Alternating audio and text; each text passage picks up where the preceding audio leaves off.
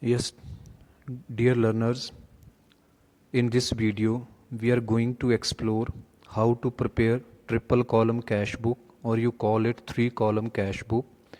In this we are having three columns on debit side as well as on credit side: bank column, cash column and discount allowed on debit side, then cash column, bank column and discount received on credit side. So when cash book is having three column on each side, debit or credit, that book is called triple column cash book. So under triple column cash book, what we have: cash, bank and discount either received और allowed. ये आपके पास triple column cash book में हम discuss करते हैं. इसमें कुछ transaction आपने ध्यान में रखनी होती है, जैसे कॉन्ट्रा एंट्री है. अब कॉन्ट्रा एंट्री क्या होती है? आप मान लो कैश बैंक, आपके पास से बैंक में कैश गया या बैंक से कैश आपके पास आया. That means if you deposit into the bank or you withdraw from the bank for official use, then contra entry will be there. So whenever you are writing entry in the triple column cash book, by bank to cash, or either in vice versa, by cash to bank, then you have to denote this entry with the help of C in laser folio. आप सी के द्वारा Contra entry होती है उसको laser folio में show करोगे. जो important point हैं, जब हम पैटी कॉलम कैश बुक को डिस्कस करेंगे, देन उस केस में हम डिटेल में इम्पॉर्टेंट पॉइंट्स के बारे में बात करेंगे. वो चीज़ें जो आपको कैश बुक बनाते वक्त ध्यान में रखनी चाहिए, that will discuss later on. Then let's start understanding how we can prepare triple column cash book.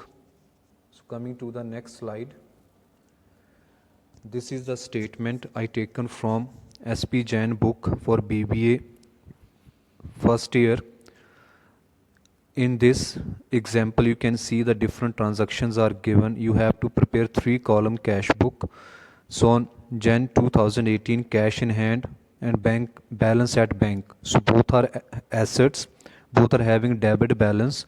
So now you can see the solution of this in next slide. So we can shuffle between this slide and the next slide for having better understanding of the things. You can see that is the triple column cash book. On debit side, date is there, particular, voucher number, leisure folio, discount, cash, bank, and similarly same column on the right side. So Jan 1st to balance brow down, आपके पास ये triple column cash book है जिसको आप show करोगे. To balance brought down, cash में balance आ गया आपके पास, बैंक में बैलेंस आ गया, ठीक है. देन ऑन Jan 3 की कौन सी एंट्री आपके पास? कैश सेल्स है 6400. तो अब इस एंट्री को आप कैसे शो करोगे? कैश सेल्स की हैं जो to sales account, cash column में 6400 आ गया. Then coming to the next transaction, paid 7000 into bank. अब ये आपके पास कॉन्ट्रा एंट्री है बाय बैंक टू कैश. अब इस एंट्री को ध्यान से समझना आप. तो कैसे करोगे आप?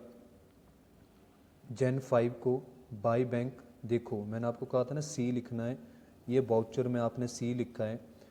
तो कैश कॉलम बाय बैंक लिखा है, तो आप बाय बैंक लिखोगे तो शो इसको कैश में करोगे. सिमिलरली Jan 5 को टू कैश को कॉन्ट्रा लिखा, टू कैश है, अमाउंट आपने अपोजिट उसके कैश लिखने के बाद बैंक में डालनी है 7000. Clear?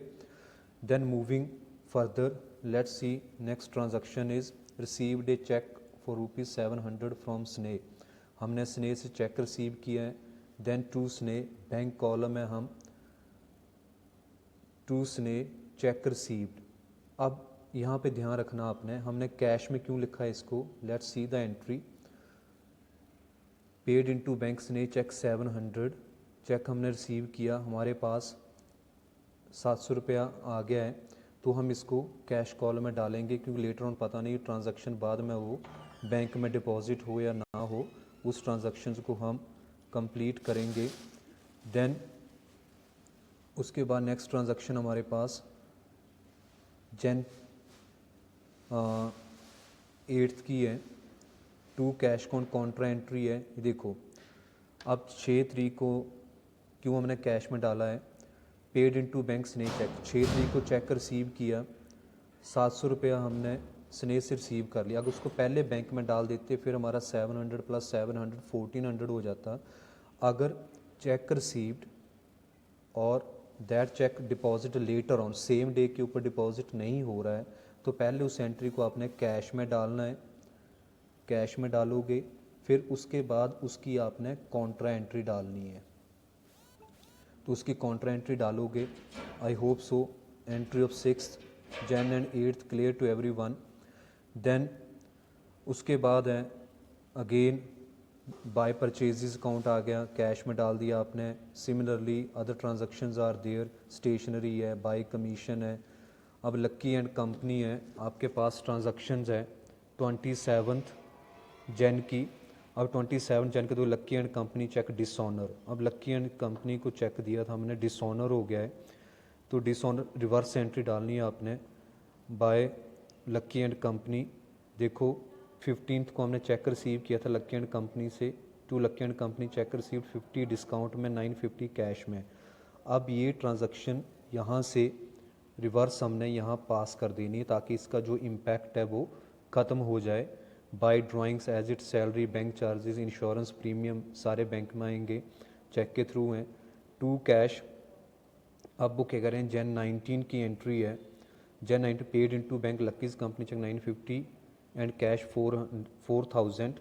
Then let me explain, okay come to this. To cash count cheque है 950 आपके पास आ गया, कैश उनका 4950, तो बैंक में आपने डाल दिया। अब 25 जैन को टू चंद्र मोहन हमने चेक के द्वारा पेमेंट रिसीव की 1000, यहाँ लिख डाल दिया हमने। देन अब हम बैलेंस करेंगे। मैंने आपको पहले बताया था, पिछले वीडियो में भी हमने डिस्कस किया था कि डिस्काउंट कॉलम को कभी भी हमने बैलेंस नहीं करना है। ऑन डेबिट साइड 50 इधर 70, जितना टोटल उसको एज इट लिखना है। डिस्काउंट कॉलम नेवर बैलेंस्ड, उनको हम कभी भी बैलेंस नहीं करते हैं। कैश कॉलम का डेबिट साइड टोटल है 25924, ये बोथ साइड आपने लिख लिया। देन इन सभी रकमों को आपने टोटल किया, टोटल करने के बाद जो डिफरेंस आ रहा है आपके पास, ये डिफरेंस है बाय बैलेंस कैरी डाउन, ये बैलेंसिंग अमाउंट आपके पास बच जाएगी। देन सिमिलरली बैंक अकाउंट का टोटल करोगे आप, तो बैंक अकाउंट का टोटल 18870 आपके पास बच जाएगा। So I hope so how we can prepare triple column cash book, what are the points you have to keep in mind, these things clear to everyone. In the next video we are try to explore another type of cash book, that is petty column cash book. So till then, good day and have a thank you for listening and watching the video. If things clear to you, then don't forget to like and subscribe my channel. Thank you.